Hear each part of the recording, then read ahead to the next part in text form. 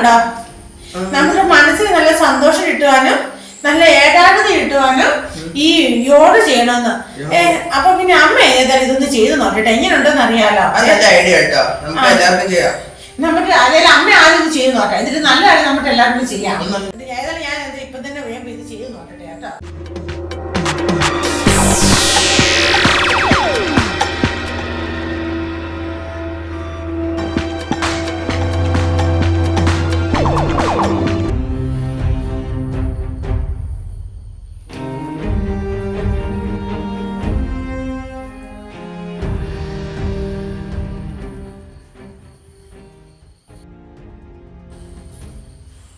എനിക്കത് ഭയങ്കര ക്ഷീണം, ഒരു അവശതയൊക്കെ പോകും.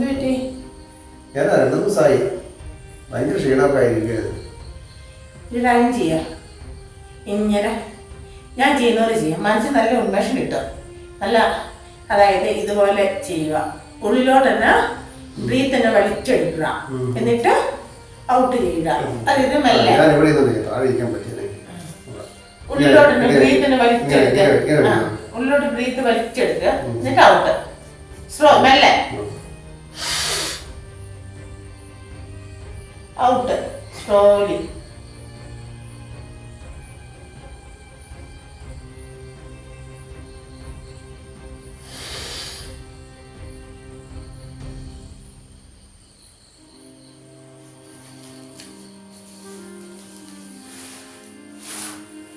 അത് 2-3 പ്രാവശ്യം ചെയ്താൽ മതി, കാരണം മനസ്സിന് ഒരു ഉന്മേഷം കിട്ടും.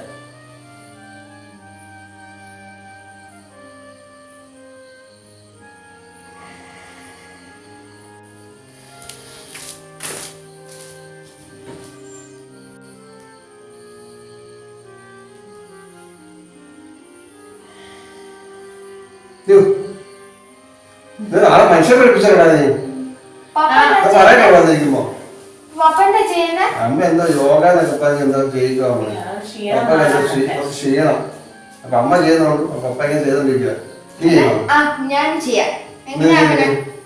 ഇങ്ങനെ വിളിച്ചിട്ട് ഒന്ന് പറയുന്നത് ഇങ്ങനെ വിളിച്ചിട്ട് ബ്രീത്ത് എടുക്കോ, കണ്ണടച്ച്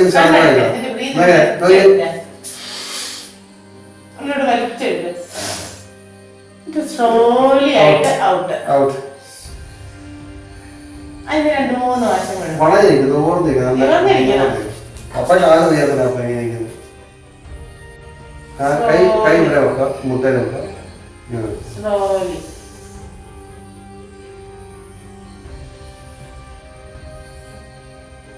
ഔട്ട് ഔട്ട് ഔട്ട്.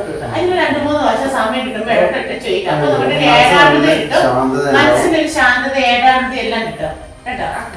അമ്മ ചേട്ടാ എന്നോട് സ്നേഹില്ല. അതെന്താ? ചേട്ടാ ഐസ് വാങ്ങുമ്പോ എനിക്ക് തലയുടെ ഫ്രണ്ടിന് കൊടുത്തു. അത് എന്തെങ്കിലും സാഹചര്യം ഉണ്ടായിരിക്കുന്നേ. അത് നമുക്ക് ചോദിക്കണം മനസ്സിലാ, അതങ്ങനെ ഇവിടെ പറ്റിയല്ലോ. അങ്ങനെയൊന്നുമില്ല, ചേട്ടായിക്ക് ഇവരോട് നല്ല സ്നേഹമൊക്കെ ഉണ്ട്, അതങ്ങനെ തോന്നുന്നതായിരിക്കും. ആ ഒരു സാഹചര്യത്തിൽ വേണമെങ്കിൽ ഫ്രണ്ടിനൊരു ഐസ് മേടിച്ച് കൊടുത്തു നിന്നെ വേണേ കണ്ടു കാണിയാലായിരിക്കും, അതായിരിക്കും. എന്നാലും അതല്ല, നമുക്ക് ചോദിക്കണം മച്ചേ. പ്രശ്നത്തിനൊന്നും പോകണ്ട, അവരുടെ മനസ്സിൽ വെറുതെ ഇതാക്കാൻ.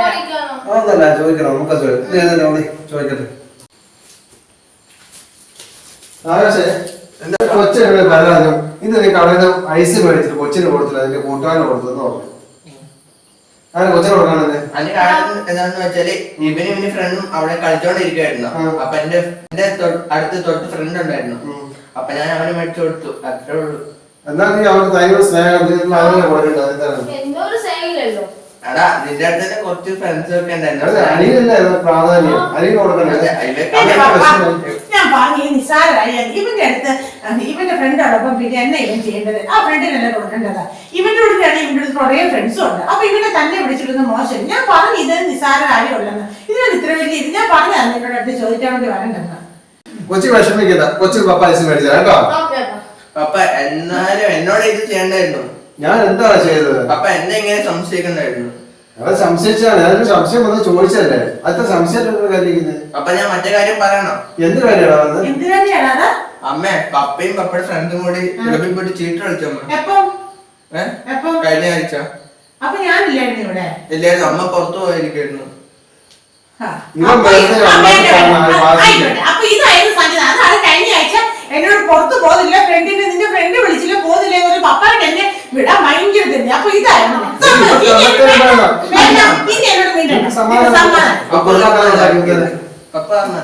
എന്താക്കുന്നത്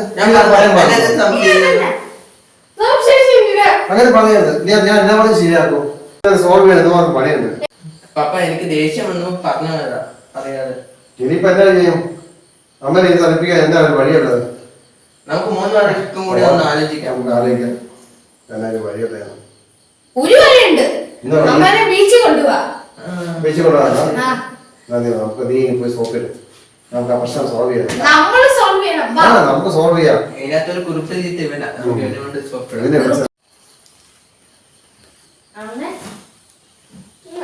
വേണ്ട, എന്നോട് വലിയ ലോകത്തിനൊന്നും വരണ്ട. എനിക്കറിയുന്നില്ല ഏട്ടെ, ഇത്ര നാളായിട്ട് നീ എന്നോട് പറഞ്ഞൊന്നും ഇല്ലല്ലോ. വേണ്ട, പൊട്ടു കണ്ടിരുന്നു.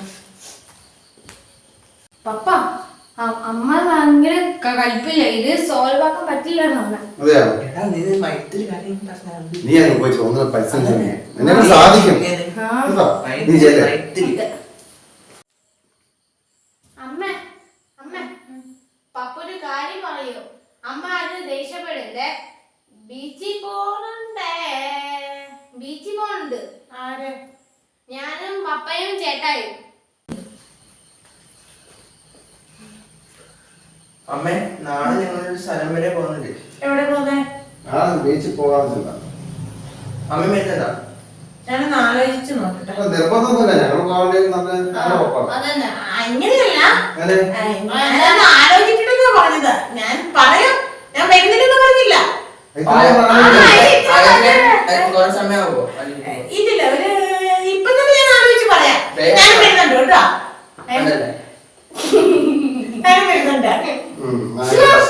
അപ്പൊ നമ്മൾ ഒന്നിച്ച് പോകാം. എനിക്കൊരു ഷേക്ക് മേടിച്ചാൽ എനിക്ക് നിങ്ങളോടുള്ള ദേഷ്യം മാറിയിട്ടില്ല. ആ ദേഷ്യം പറഞ്ഞെങ്കിൽ എനിക്കൊരു ഷേക്ക് പൊറോട്ടയും പിന്നെ ചപ്പാത്തി.